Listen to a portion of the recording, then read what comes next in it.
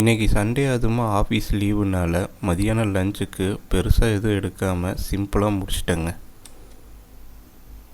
பக்கத்து வீட்டில் மாங்காய் ஒன்று ஃப்ரீயாக கிடச்சிது.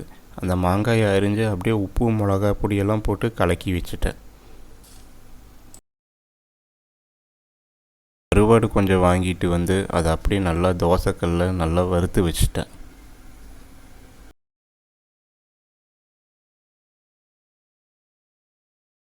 இதுதான் எங்கள் வீட்டோட இன்றைக்கி மதியான லஞ்சு. வறுத்த கருவாடும் மாங்காயும் அப்புறமா முருங்கைக்காய் குழம்பும்.